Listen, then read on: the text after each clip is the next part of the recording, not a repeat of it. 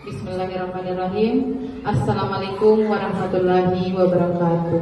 Waalaikumsalam warahmatullahi wabarakatuh. Yang terhormat Bapak Kepala Sekolah SD Impres Anak Goa, Pak Ahmad Arsid, SPD, dan yang saya hormati ibu-ibu, rekan-rekan guru yang sempat hadir di ruangan ini. Terima kasih atas kesempatan dan waktunya bisa menyempatkan untuk hadir di ruangan ini sebagai salah satu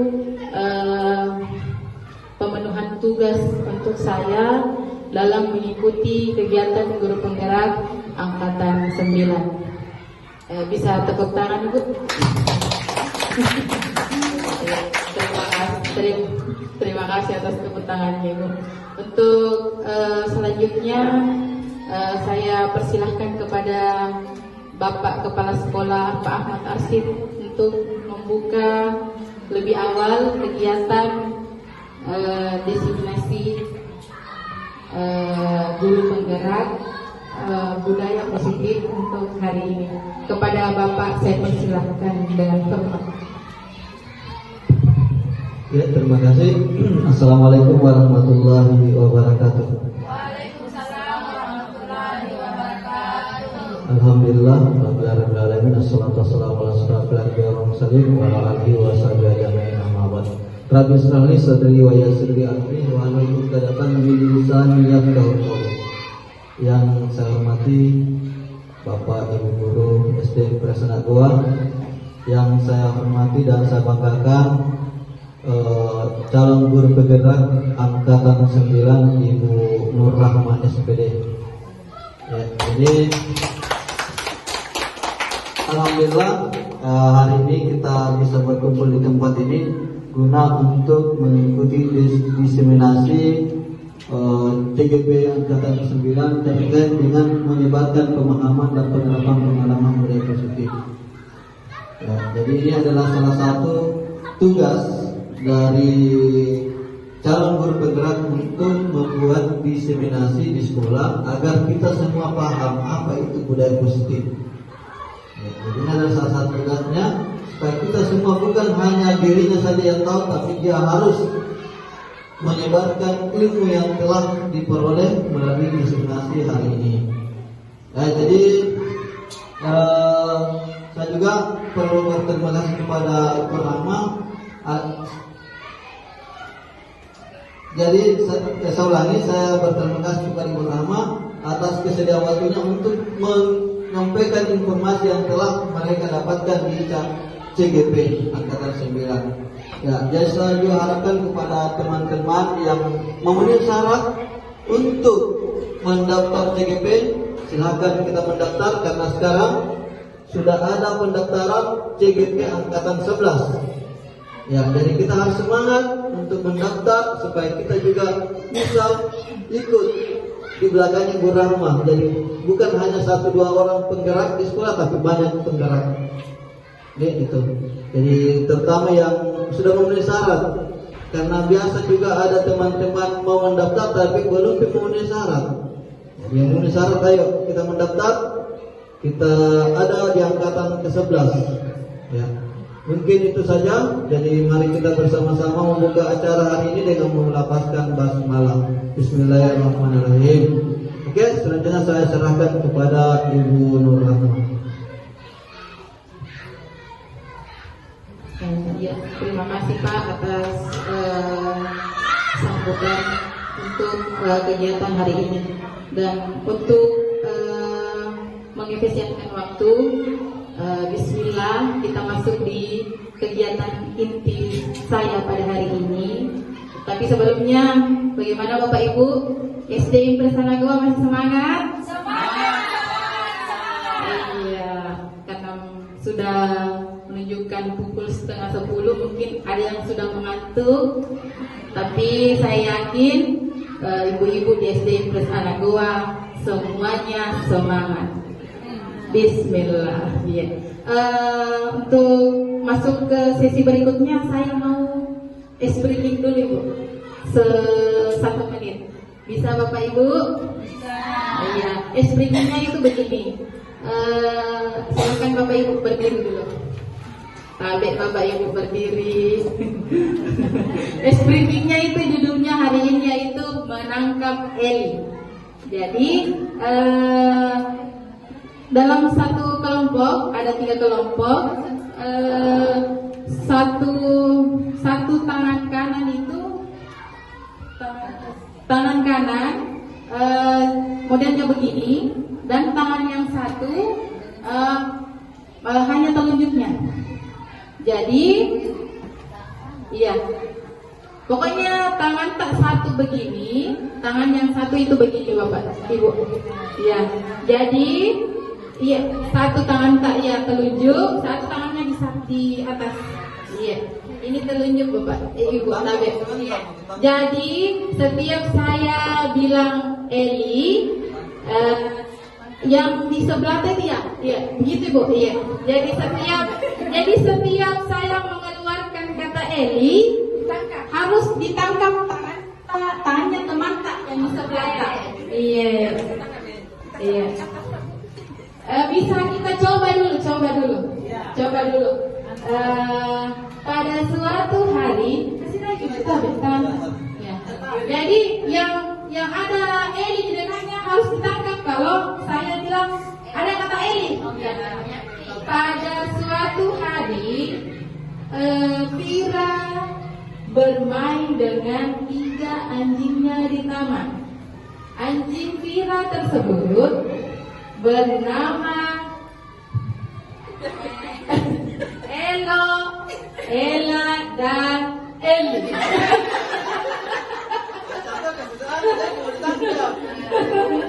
Kalau bisa Bu tidak ditangkap Elita, karena kalau ditangkap kalah Ibu.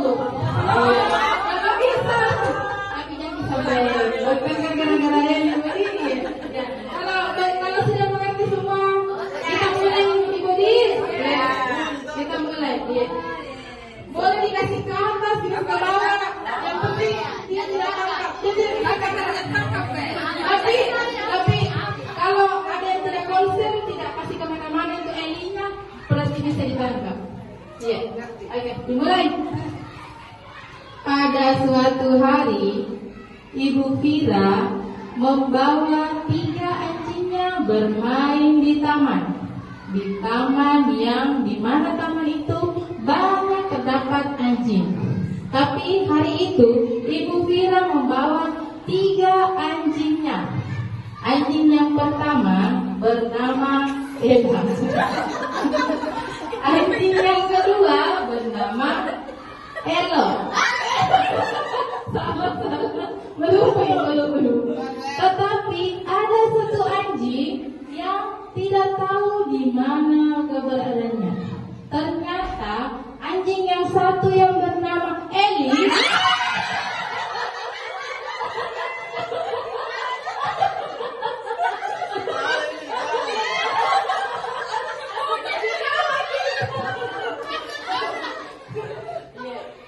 terima kasih Bapak Ibu. Itu tadi tangannya dulu untuk semangat kita semua. Terima kasih Bapak Ibu. Itulah tadi suatu permainan yang dimana permainan itu memang menyenangkan. Apalagi untuk anak-anak yang memang masanya masih untuk bermain. Tetapi dalam hal permainan yang dicampur atau dipadukan dengan pembelajaran. Ya Ibu, terima kasih atas permainannya. Ternyata ngos-ngosan bermain Ibu. Terima kasih atas kesempatan Ibu. Terima kasih atas kesediaan Pak. Terima kasih banyak. Dalam hal ini saya akan memaparkan, bukan saya mengetahui banyak tentang materi budaya positif tidak, tapi materi ini saya dapatkan dari pendidikan guru penggerak yang sudah 2 bulan saya jalani. Alhamdulillah. Terima kasih atas doa semua sehingga saya masih bisa melanjutkan pendidikan guru penggerak saya.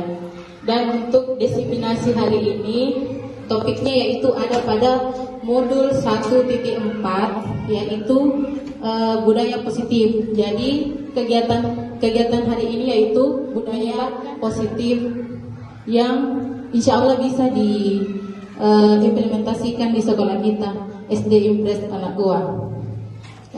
Karena budaya positif pasti kita sudah tahu semua. Kira-kira kalau kita mendengarkan kata budaya positif, Ibu, kira-kira apa yang ada di benak Bapak Ibu? Ada yang bisa? Ya, tapi Ibu. Kebiasaan yang baik, budaya positif, Iya. ada permainan yang baik. Iya, budaya positif adalah permainan dan kebiasaan yang baik, iya, benar. Ada lagi Bu? Budaya positif, Bapak Kepala Sekolah. Kira-kira Bapak Kepala Sekolah bagaimana budaya positif yang ada di sekolah kita?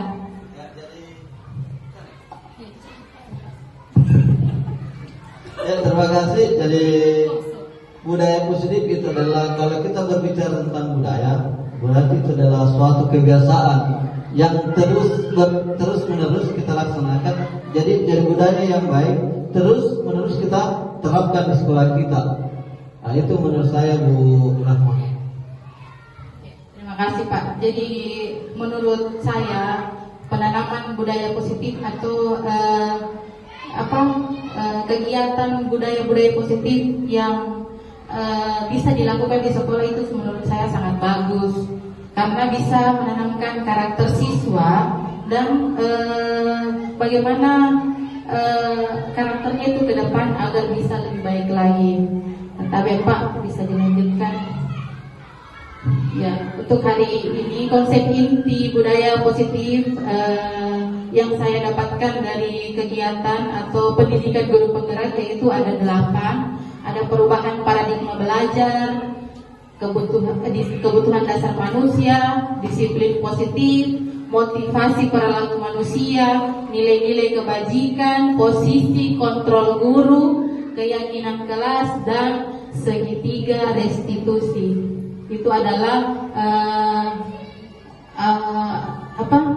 pembelajaran yang saya dapatkan selama 2 bulan mengikuti guru penggerak. Jadi terima kasih atas bantuan tak untuk hari ini. Bukan saya berdiri di sini karena saya ingin menjelaskan bahwa saya sudah tahu semuanya, sudah bisa tidak Ibu. Di sini kita belajar bersama-sama bagaimana supaya kita bisa menanamkan budaya positif di sekolah kita tercinta ini, agar kita dapat mengembangkan murid-murid yang berkarakter dan berprofil pelajar Pancasila.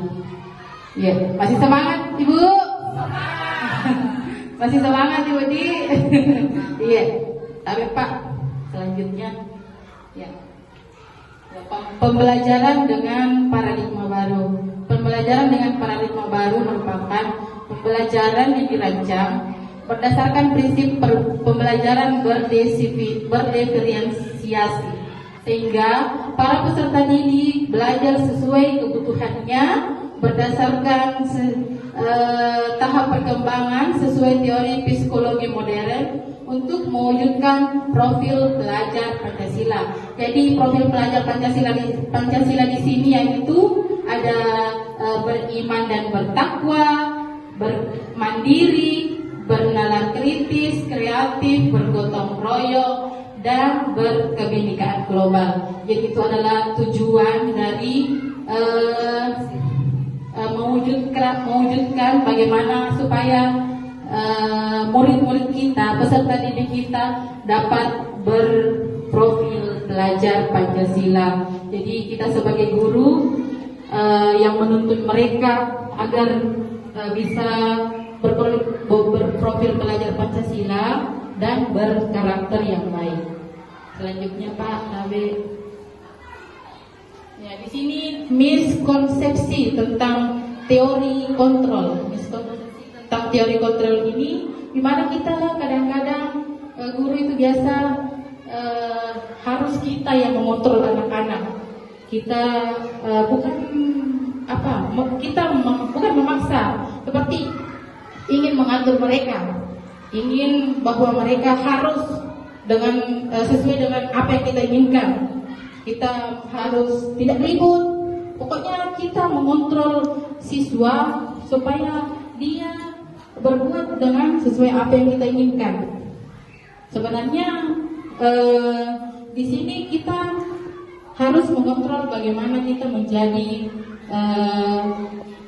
bahwa penguatan positif, efektif dan bermanfaat. Kita bisa menjadi teman mereka, kita bisa mengeluarkan teguran, tetapi dengan bahasa yang halus, tidak dengan bahasa yang kasar.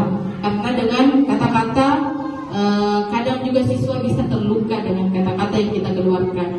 Jadi kalau seumpama kita mengeluarkan teguran, mungkin sebaiknya dengan kata-kata halus.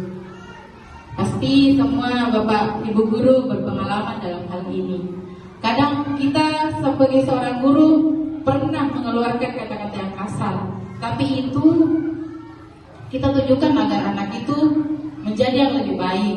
Tetapi mungkin ada beberapa siswa yang menerima nasihat itu sebagai bahwa kata-kata guru saya itu terlalu kasar menurut saya.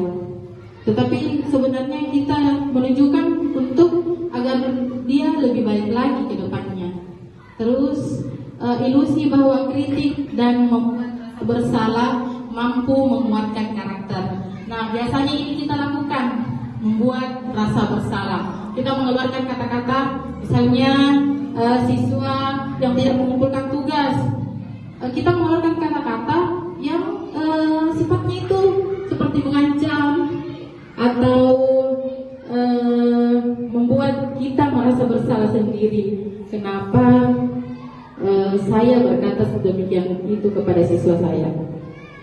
Bisa next Pak, Kale. Ya, ini data yang didapat dari pertanyaan sebelumnya. Ada stimulus respon dan teori kontrol. Realitas kebutuhan kita sama, tapi teori kontrolnya yaitu realitas kebutuhan kita berbeda. Semua orang melihat hal yang sama, tapi setiap orang memiliki gambaran yang berbeda.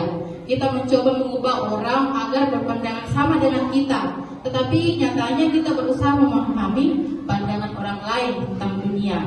Perilaku buruk dilihat sebagai satu kesalahan, tapi semua perilaku memiliki tujuan.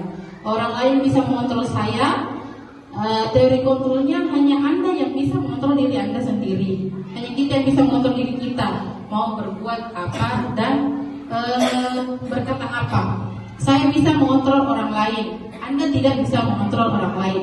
Pemaksaan pada saat bujukan gagal. Kolaborasi dan konsensus menciptakan pilihan-pilihan baru. Model berpikir menang atau kalah, model berpikir menang-menang. Jadi inilah data dari stimulus respon dari setiap perilaku kita. Kami Pak, next. Ya, ini disiplin positif. Kira-kira kalau kita menanamkan disiplin positif di sekolah kita, apakah bisa tercapai atau tidak?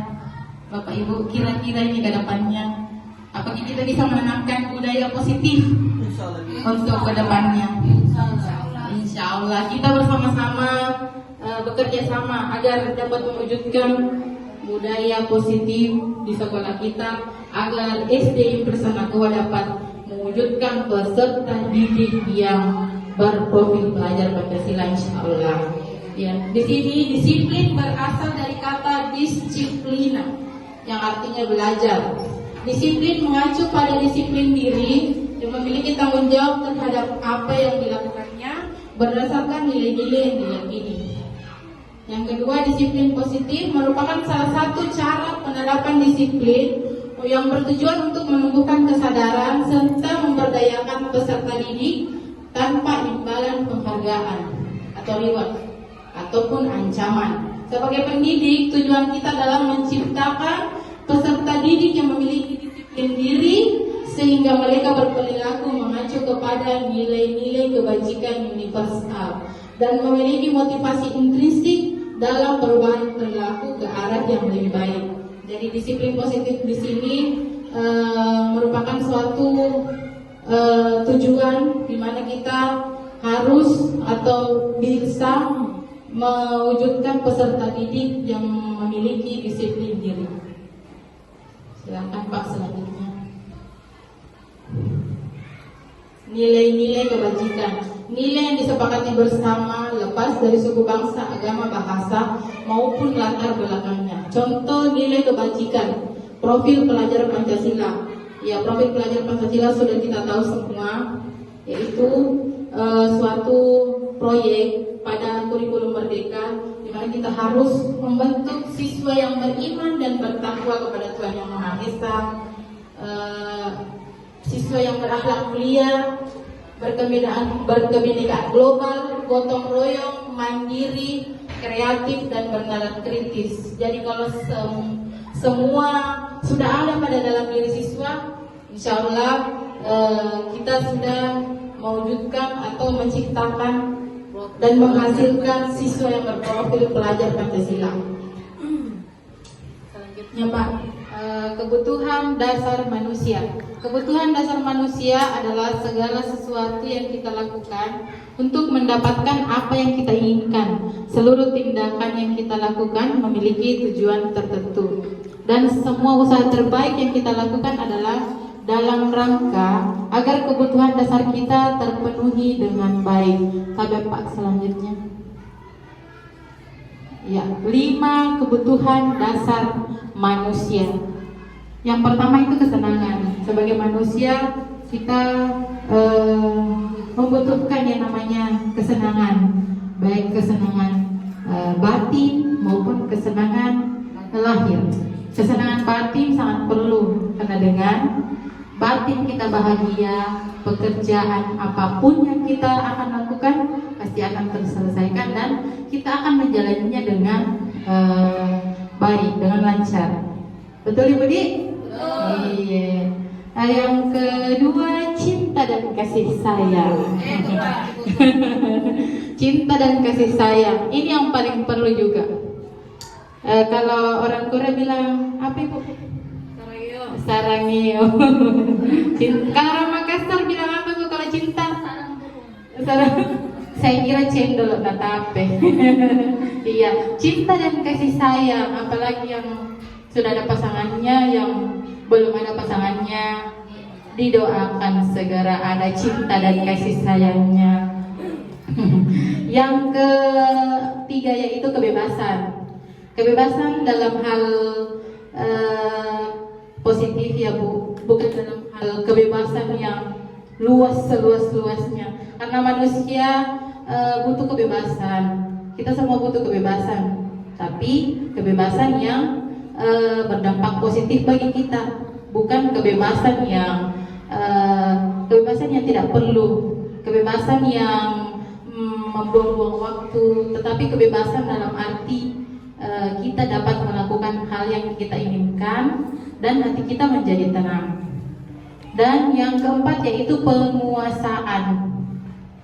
Kira-kira kalau kebutuhan dasar manusia penguasaan, ada yang bisa menambahkan? Ya, Tabe Ibu Hardianti Ribelo. Sudah sehat Ibu? Ya, bismillahirrahmanirrahim. Terima kasih untuk kesempatan yang diberikan kepada saya. Mungkin ini menurut saya pribadi, penguasaan di sini mungkin lebih kepada pengendalian diri. Artinya penguasaan terhadap diri sendiri. Kita mampu mengontrol emosi, mengontrol kebahagiaan, itu salah satu penguasaan yang mungkin kedepannya membuat hidup kita jauh lebih tenang, lebih lama untuk bertahan hidup. Apalagi kalau dicampurkan dengan ada 3 poin di atas: kesenangan, cinta dan kasih sayang, serta kebebasan. Mungkin itu dari saya. Terima kasih. Ya, terima kasih Ibu Hardianti Ribelo. Itulah tadi pendapat dari Ibu Hardianti Ribelo. Bisa diberikan tepuk tangan yang semeriah mungkin. Semoga di hari Jumat ini dengan tepuk tangan kita jodohnya terungkap. Amin. Amin. Iya. Yang selanjutnya Pak Tabe. Yang selanjutnya itu motivasi perilaku manusia. Yang pertama untuk menghindari ketidaknyamanan hukuman. Yang kedua itu untuk mendapatkan imbalan atau penghargaan dari orang lain. Ini namanya perilaku eksternal, perilaku dari luar, untuk menghindari ketidaknyamanan atau hukuman, untuk mendapatkan imbalan. Jadi anak-anak yang belum terlalu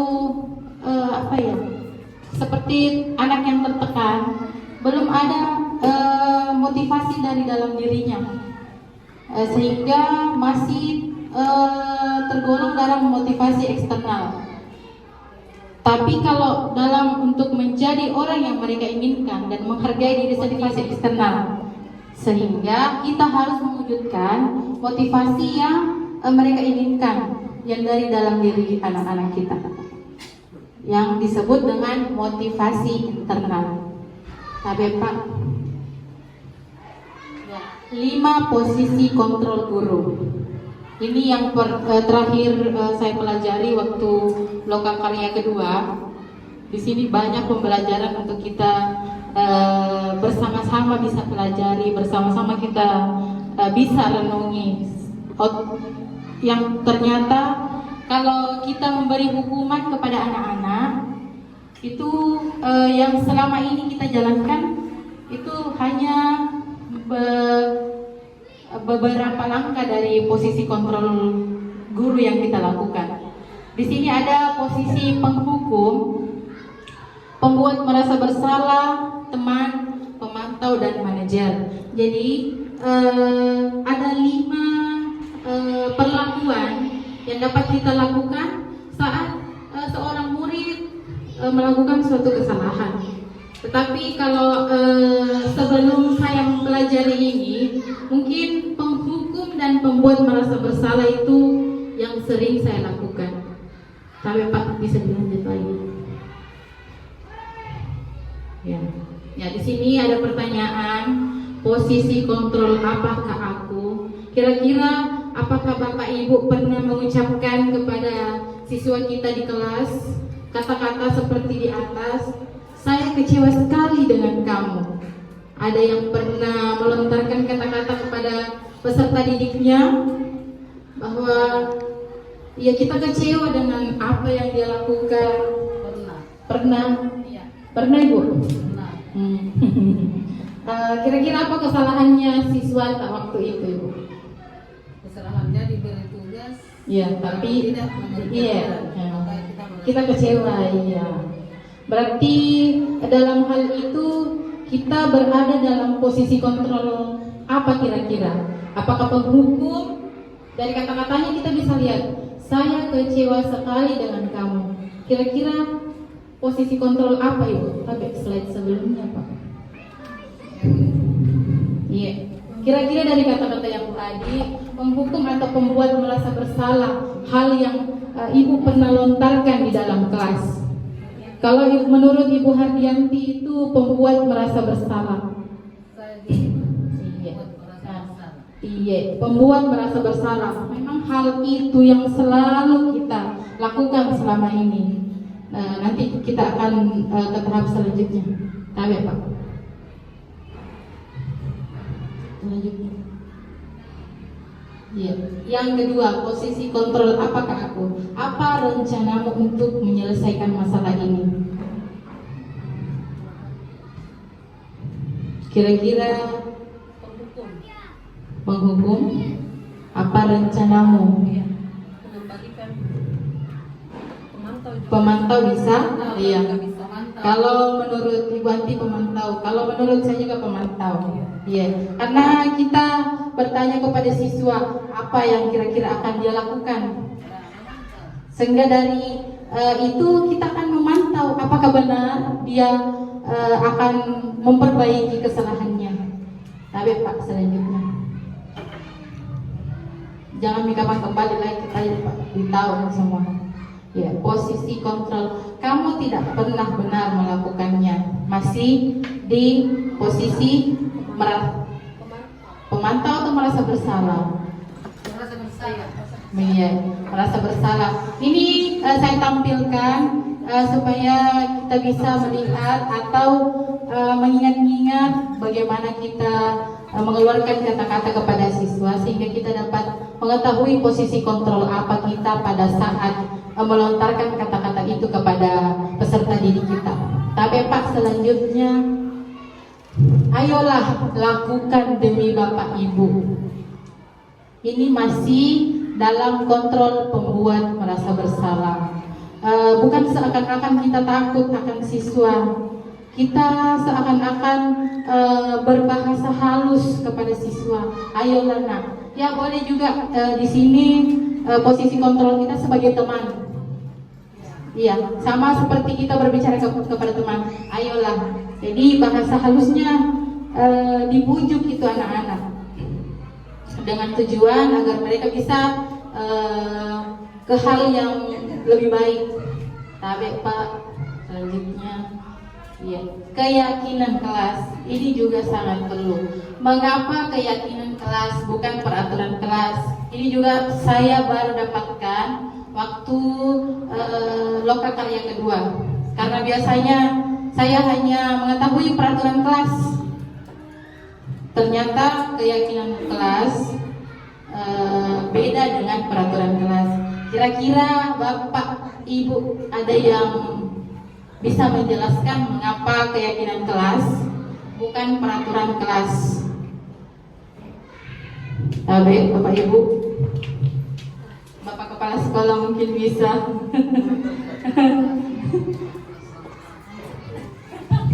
Ya. Mengapa beda keyakinan kelas dengan peraturan kelas? Nah, ini yang perlu kita pahami. Kalau menurut saya, peraturan kelas itu dibuat oleh gurunya sendiri. Nah, kita yang buat peraturannya bahwasanya siswa masuk 7.30. Nah, ada juga siswa kaki bajunya harus di dalam. Nah, itu adalah peraturan kelas yang dibuat oleh gurunya sendiri. Tapi kayak keyakinan kelas, kita mengajak siswa untuk membuat peraturan itu. Ya, misalnya kita suruh anak, coba kita kita membuat keyakinan kelas. Kita yang menulis sendiri apa yang harus kita lakukan di kelas. Nah, jadi anak-anak kita yang membuat sendiri. Paling tidak anak-anak menulis, saya harus buang sampah pada tempatnya, tempel, tag. Nah, kemudian ada lagi yang nulis, saya masuk tepat waktu, tempel. Atau saya tidak mengganggu teman, tempel. Itu adalah keyakinan kelas. Dia sendiri yang membuat peraturan itu. Kalau peraturan kelas berarti yang membuat adalah gurunya. Kalau keyakinan kelas, anak-anak yang diajak untuk membuat peraturan untuk mereka patuhi, untuk mereka laksanakan. Terima kasih Ibu Rahma. Ya, terima kasih Bapak Kepala Sekolah. Mengapa keyakinan kelas bukan peraturan kelas? Ya, karena peraturan kelas itu bersifat saat itu juga, tidak bersifat luas. Sedangkan peraturan kelas juga itu berisi peraturan yang kita buat sendiri, yang berlaku hari itu juga, yang kita lontarkan atau kita sepakati hari itu juga. Tetapi kalau keyakinan kelas yang saya dapatkan dari pendidikan guru, katanya keyakinan kelas itu bersifat universal, dan di dalam keyakinan itu berisi suatu sikap positif yang bernilai kebajikan. Itu misalnya dalam keyakinan kelas kita menyuruh peserta didik kita, misalnya jangan membuang, dia yang tulis sendiri, jangan tidak membuang sampah di tempatnya. Kita bisa merubah keyakinan kelas itu menjadi kata yang lebih baik, ya, kata yang bersifat positif dan mudah diingat, yaitu disiplin atau hadir tepat waktu. Harus hadir tepat waktu, ya, itu bisa disiplin juga. Begitu yang saya dapatkan dalam pendidikan guru penggerak. Selanjutnya Pak, ya, pembentukan keyakinan kelas. Pembentukan keyakinan kelas di sini yaitu ada 5 poin. Yang pertama bersifat abstrak, yang kedua berupa pernyataan universal, artinya pernyataannya luas, sedikit saja agar mudah diingat. Jadi misalnya tadi harus datang jam 7.30, kita bisa merubahnya agar mudah diingat itu disiplin atau tepat waktu, begitu. Iya. Yang keempat yaitu sesuai dengan kondisi kelas dan sekolah sehingga mudah diterapkan. Jadi keyakinan kelas yang kita buat itu diserahkan kepada siswa, dia yang menulis, lalu kita sebagai guru memilah kira-kira yang mana yang tepat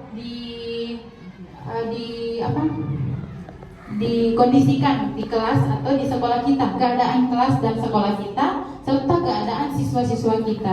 Karena jangan sampai keyakinan yang kita buat malah seperti suatu tuntutan bagi mereka.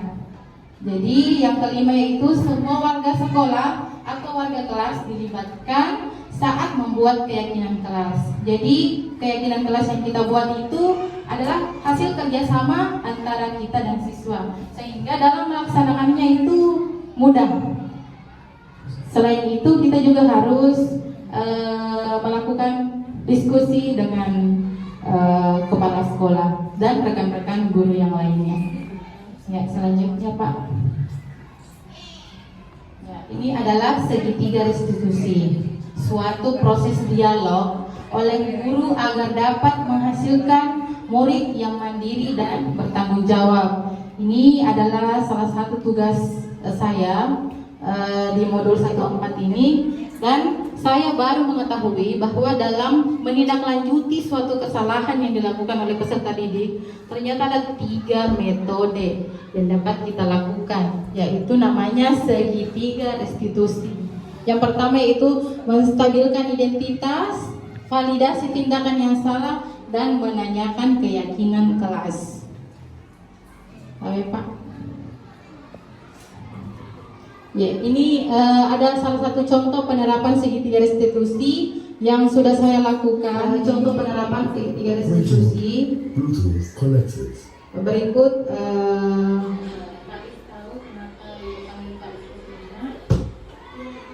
Ini adalah salah satu contoh yang sudah. Jadi, Faiz, apakah maafkan pada saat belajar berlaku itu benar atau salah?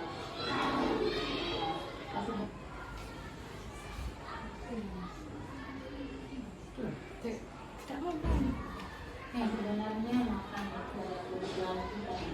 ibu pun kalau lapar pasti akan makan, tapi harus tahu kapan Bluetooth mode. Waiting for connection. Waiting. Bluetooth connected. Ini adalah validasi tindakan yang salah.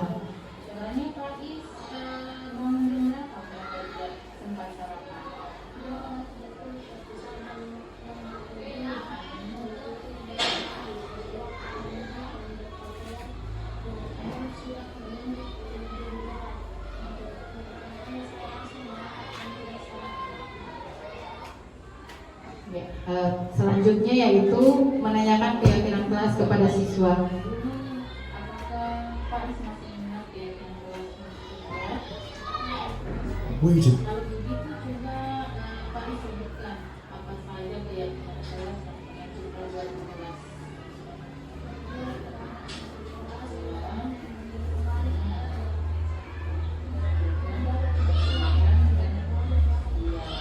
Kira-kira yang Pak lakukan pada saat pembelajaran berlangsung, apakah sesuai dengan keyakinan kelas?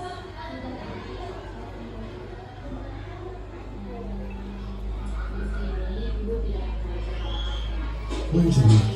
Bluetooth connected. menjadi anak yang Pak lakukan dan anak yang bertanggung jawab.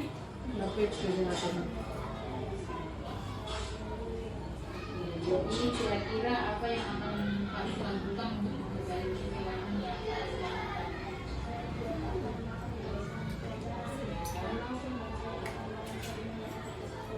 Kira-kira kalau kedepannya apa yang akan Pak lakukan?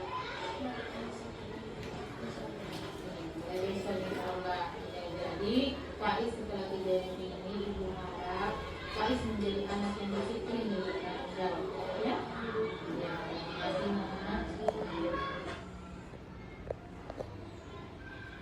Itu tadi sedikit video tentang bagaimana kita menggunakan tahap segitiga restitusi terhadap siswa yang melakukan kesalahan. Tadi adalah kasus di mana Faiz pada saat pembelajaran itu makan di kelas. Jadi pada saat saya panggil, yang pertama itu menanyakan kenapa bisa dia melakukan hal itu. Yang kedua yaitu apa penyebabnya kenapa makan di kelas. Pasti ada alasannya kenapa peserta didik atau siswa melakukan suatu kesalahan. Pasti ada alasan. Jadi kita bertanya dulu apa alasannya sehingga kita dapat mengetahuinya. Setelah kita mengetahuinya, kita menanyakan kembali keyakinan kelas yang pernah kita sepakati bersama, yang pernah kita buat. Apakah sudah sesuai dengan keyakinan kelas yang pernah kita buat, ataukah tidak sesuai dengan keyakinan kelas. Nah, dari itu kita berharap dengan penerapan segitiga restitusi terhadap permasalahan atau kesalahan yang dibuat siswa dapat teratasi dan siswa dapat bertanggung jawab atas kesalahan yang dibuat. Ya itu. Ya, sekarang dalam penutup yaitu dalam penerapan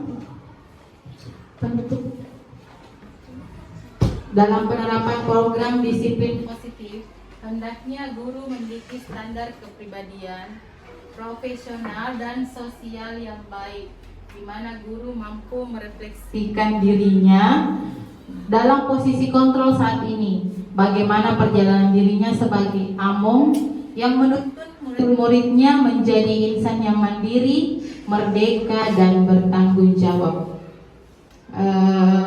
Itulah tadi pemaparan terhadap disiplin positif. Semoga kita dapat melakukan atau menerapkan disiplin positif di sekolah kita SD Impres Anak Goa, sehingga kedepannya kita dapat menciptakan peserta didik yang berprofil pelajar Pancasila, dan harapan kedepannya semoga teman-teman ada yang bisa bergerak bersama. Semoga di angkatan 11, 12 dan seterusnya ada dari SD Impres Anak Goa yang bisa ikut lagi, sehingga kita semua akan menjadi guru penggerak yang bergerak, tergerak, dan menggerakkan. Terima kasih Bapak Ibu atas kesempatan untuk hari ini membantu saya melaksanakan tugas dari pendidikan guru penggerak. Semoga apa yang kita lakukan hari ini diberi pahala oleh Allah Subhanahu wa taala, pahala yang melimpah, pahala kesehatan, rezeki, dan saya mengucapkan banyak terima kasih Bu, terima kasih atas dukungan dan kesempatan yang diberikan kepada saya. Terima kasih juga kepada Bapak Kepala Sekolah yang selalu mendukung, yang selalu menyemangati. Semoga saya bisa menyelesaikan pendidikan guru penggerak saya sampai selesai. Mungkin itu yang dapat saya sampaikan pada kegiatan hari ini. Kurang dan lebihnya mohon dimaafkan. Saya akhiri dengan ucapan Assalamualaikum warahmatullahi wabarakatuh, dan menutup dengan mengucapkan hamdalah. Terima kasih Bapak Ibu, terima kasih.